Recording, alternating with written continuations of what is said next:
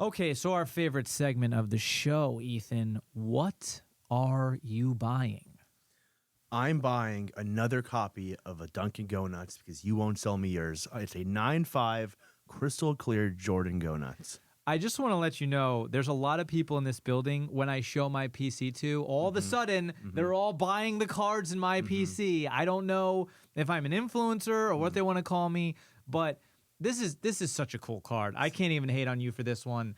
This is absolutely incredible. Obviously, you don't have a PSA 10 like me, but BGS 9.5, $8,900. 2 days left. I think I paid a little under 13, maybe like 12.5 for mine, my PSA 10. So, I'm thinking that was a good buy at the moment. Looking at this, what do you think this ends at? This should end about like 12,000. Would you pay 12? What's your ceiling on it? I think I am the highest bidder right now, but I want it for low. I want it for 10K so I can move it for 12 if I have to. We've been talking about this card for a long time. And certain cards just like this that are these old case hits that they just have the eye appeal. Like, you could show this card to someone who knows nothing about sports cards and they still want it. These type of cards are just great buys because you're not going to find a bunch of clear ones. You're not going to find cool Jordan cards anymore. They don't make Jordan cards. So just go out and get a good-looking Jordan while you still can, because in a couple of years, you probably won't be able to. I looked at the pop count. It was right around 60 when I bought it in PSA 10. And a Michael Jordan from the 90s insert that's a pops under 100 is a steal. That's something you're looking for. So I saw that pop 60. And this I remember these cards as a kid. Yeah. You know what I mean? So they kind of speak to me, and that's why, you saw I have the Kobe, and I think I have Iverson and one other player. But I'd love to maybe complete the set because I already got the hardest ones to get. You know what sticks out for me here? Because we've opened a lot of these alt auctions, and most of them have like 7-8 bids on them. This one has 38 bids on it. Everybody's bidding on this card. Everyone wants this card because when you scroll through the app, you see this card. You're stopping and you're looking at it. Buy cool cards. It's not always about comping and money. If you think the card is cheap, go out and buy it. Like, I have one and you have one, so we can just keep getting them all. But also, tell anybody who's watching about buyer's premium, and if you do win it for 12K, are you paying any other fees on here? What will be your end final number? Okay, so if you're buying the card, you're going to take that card and then times it by 1.2. There's a 20% buyer's premium. If you're selling the card, depending on your fee, you take the whole 120%, and then you take out, let's say, 5% of it, and you pay it back to the auction house. Buyer's premium is a little bit confusing because a lot of places do it differently, but you should just know the rule of thumb is a 20% buyer's premium on most auction houses. What's the next card you're buying? I'm not a fan of sticker autos. I really am not. I had to zoom in a lot to see it. It was a sticker auto, but this is a gold ink Kobe auto. I don't think I've seen many of those. A gold ink sticker, like you get Kobe, you get LeBron, you get a solid grade, you get good photos. It's a pop 5. Yeah, and it's only at $5,000. If this card was on card, it'd be in the 30s already. Yeah, and to be honest though, I think that 20 years from now, no one's gonna give a shit that it's a sticker auto, right? They're gonna go, this is Kobe and LeBron, and there's only so many Kobe and LeBron. Exactly. Don't get me wrong, the on cards will still have a higher value 20 years from now, but if you're telling me that somebody's not gonna want a signed Kobe and LeBron card 20 years from now, I mean, this one has 2 days left. What are you anticipating this ending at? This card was on card, it would be 30, 40K. Even with the gold ink, I think it may be even more. So if I can get it for 1/3 of what the actual card does at like 12 to 15, I really don't mind buying that. Some people can't afford the 40K cards. Or at 15K, you get the cards you want. You'll forget there's a sticker on it really quickly. When you buy a 40K card, is your intent to flip it within 30 days, 6 months? Like, what is your usual strategy on cards like that? Depends who you are as a person. Me, I bought a 20K Kobe this week, and I sold it in a day for 3K profit. I also picked up a 15K card, and I put it in my closet, and I don't know when I'll ever get rid of it. It really depends on the card. If it's a good card, like a Kobe LeBron, you can put it in your closet as much as you want. But if you're dropping 30K on a Jaylen Daniels gold downtown, get rid of that fast. What I also love about this card is PSA 10 Pop 1 and BGS 9.5 Pop 1. So you've got this card. This is super rare. I don't know if this is number to 10 or why there's so many. This is such a low pop across the board. Love this card. Love it. I love it. Nothing wrong with it. Next card we're looking at? Jaylen Brunson, NT True RPA, BGS9. I want to see where the market's sitting on Jaylen Brunson after what happened. It's not his fault he lost. I think Jaylen Brunson played great the whole series. I think Cat's soft and the other core doesn't shoot enough shots.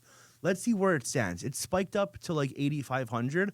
I think it could settle at 8,500 because if you go look at a Hallie, I think it's almost at like 10 to 12 right now. So maybe the 8K spike in Jaylen Brunson is a natural growth. It's not just a pump because it's the playoffs. Well, I think the other part of it is that you have these New York fans now who will pay a premium on a Jaylen Brunson. There's obviously way more fans in New York than Indiana, so that's the only reason Brunson could kind of compete with Halliburton prices. Also, as a New York fan, it's a shame that he's in this Dallas jersey. I really want a New York patch. Yeah. You know what I mean? So as a collector, I would... If I could get a really great value on a Brunson in a Mavs, true RPA, I'm going after it. But as far as collecting Brunson, like I'm going after Flawless and NT and in a Knicks uni. But the jersey thing, if you think about it, a Shea NT RPA is a Clippers jersey. It's at 30K plus. A Hallie is in the Kings jersey. It's at 10K plus. I mean, Brunson should be around that. I mean, if Luka's doing 40, Shea's doing 30, Brunson, maybe a 5-digit card. If I'm looking to make money, I'll buy the Dallas. If I'm looking to PC, You're buying an alt. well, yeah, I'm buying a Knicks. I'm buying a Knicks. Okay. RPA, right? Yeah. This is just a sick card. Sick card. And there is some major booming in star swatches. We're looking at a 2020 Flawless out of 5 Emerald color match sealed. What Jason patch is that? Tatum. So that is a what's it called? It's not your icon. It's your your whatever brand's your company. Like each one brand logo. It's basically a brand logo. Sure. Great card. Tatum is so down right now, and Flawless star swatches are so up. If you go look at this year's Ant-Man's and Shea's non-rookies are doing a fortune. Overseas, people love star swatches, they love color matches, and they love Jason Tatum. So this is the same situation we're talking about with Hallie, though, and the question now becomes, if you're a buyer on this card, what is your plan for this card? I assume it's not to hold, it's to flip relatively quickly, No, right? this could be a good 8-month hold when he comes back, and let's say he's just up. Porzingis and Drew Holiday's gone. Okay, so you are an 8-month hold on this. Yeah, I'm an 8-month holder on this because if you get a third contender and it's an easy East and Celtics are probably going to come back to the finals again, like this card is a 10K card during that time. If he's playing in the finals with 2 ballers on his team, it's a 10K plus card. 9 days left. We'll see what happens. Yeah. This is a really cool card. Jerry Rice. Well, it's not just Jerry Rice. This is one of the best sets of the early 2000s. It's called Passing the Torch. You still see it today. They're a lot worse because they're sticker autos, but this set has 2 big cards. The Jerry Rice, Randy Moss, and the Walter Payton Emmett, I believe is the other one. Front is Jerry, back is Randy. Probably the 2 best receivers of all time. Oh, wow. That's awesome. Exactly. So wait, there's only two sets of 2 players in this set? No, there's tons. Oh, there's tons. These are the best ones. Emmett, which is, I could be wrong on the 2, is the most valuable one. It's super rare. They do upwards of 20K plus. This one, a lot less, but 2 just as good players. Yeah, but that doesn't make sense, and I love you finding this because these 2 receivers are arguably better than Walter Payton and Emmitt Smith. 100%. And especially 10, 20 years from now, there's only 500 of these. There's 8 BGS 9s. There's 4 BGS 9.5s. This is a really cool card to have. I'm also curious, this is serial number to 500. There's only 13 that are graded?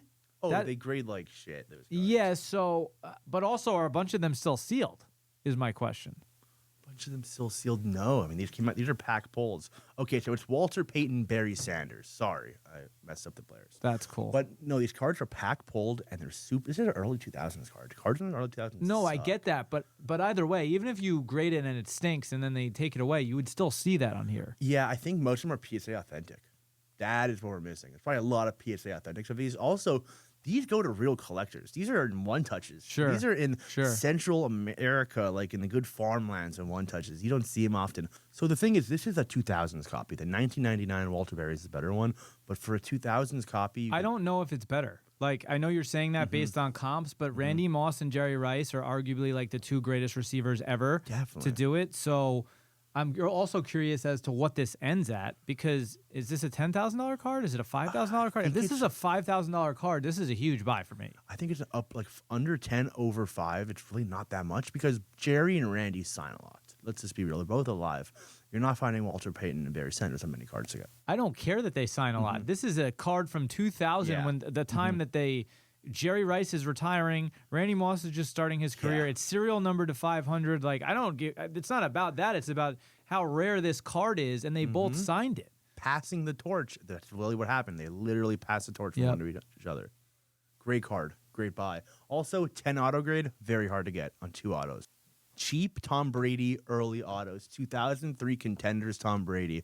I mean, you know what a 2000 Contenders auto does? Like 30 to 100K. If you can get this for $2,000 right now. I mean, who doesn't want this?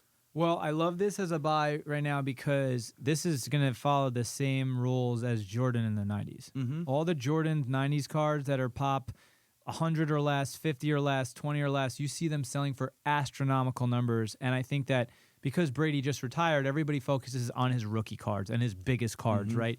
So I love this. I also love any gold prism, black prism, like anything Topps low chrome, right? red. Like anything low number Brady that is in an off year that in 20 years from now is like super rare.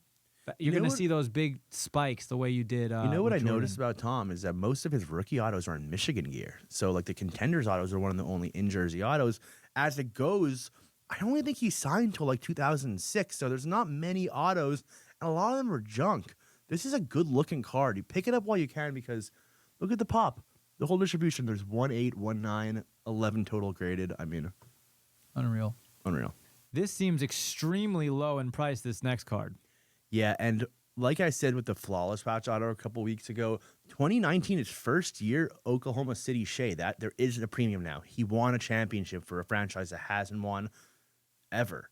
You know, people are not going to want to, like you said, you don't want to get a Mavericks Brunson. You want a Knicks Brunson. Oklahoma City fans are going to want OKC Shea. This is his Black Select first year OKC. It's a good looking card. I like cards where the player looks young. This is one of them. So I think I saw a graphic today of a gold prism SGA, and I assume it was a first-year OKC, sell for over 3 times the price. So like the last sale was $800, but after he just won, it went for over $3K. And you know, again, of course you're paying a premium if you're buying it this week, but still that card, no matter what, if you're going to hold that for the next 10, 20 years, like it's his first year OKC, gold prism, it's out of 10, you're not losing money on that card. No, and 2019 is a big year for sports cards. Remember, because it was Zion, Ja, and that's when the bubble kind of popped for all of us. This product was ripped through, and at that time, if you hit this card, you were jumping into a trash can because it was 10, 15K. Right now, it's at 2K, and he just won a championship. Affordable. It's not going to stay at 2K. I think 9 days left. It's probably a $10,000 card minimum, exactly, right? Yeah. Do you think it could eclipse 20? No, I only think it does like 75 because it's select. People don't like select. Yeah, it's curious because I agree. Jeff Wilson, sports card investor years ago, he was like, Select is going to replace Prism as the elite product. And I was like, what is he talking about? Select, by the way, after he said that, fell off a cliff. Right? It was an absolute disaster. Not to be critical of Jeff. I think he was just, he also didn't realize that Select was about to drop retail for the first time ever, which I think really hurt his case. But I will say that Select, this year football, is a really premium product.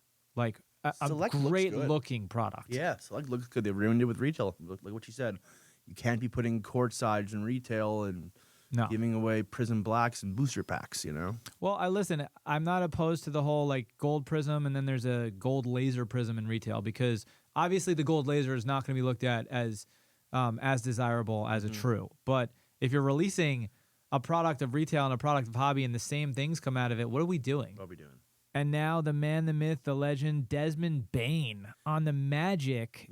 Is he about to pop off as an elite player? I mean, you do have Bonchero over there, so can he eclipse as the number 1 guy on the team? I don't know. We talk about this show all the time. If you get traded, your card should go up or down. Now let's figure out if that's true. Is this card going to go up or is this card going to go down? The Magic have no market. I've never met a Magic fan.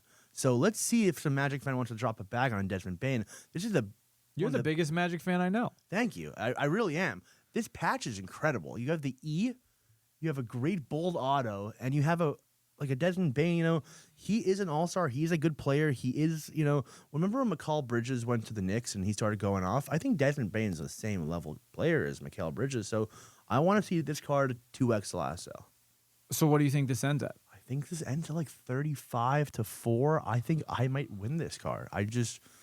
At 3K or 4K, this card has so much room. 3K or 4K for an out of 99 RPA NT is like, you're just happy. Exactly. You know what I mean? So I get it. And I think that, can the Magic make some noise? Hey, listen, they were in the top 5 last year in the East.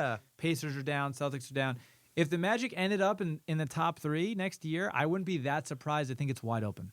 Dude, Paul is going to be in the MVP talks. And if you squint hard enough, this card is a Magic's jersey. So there's got to be some plus to that.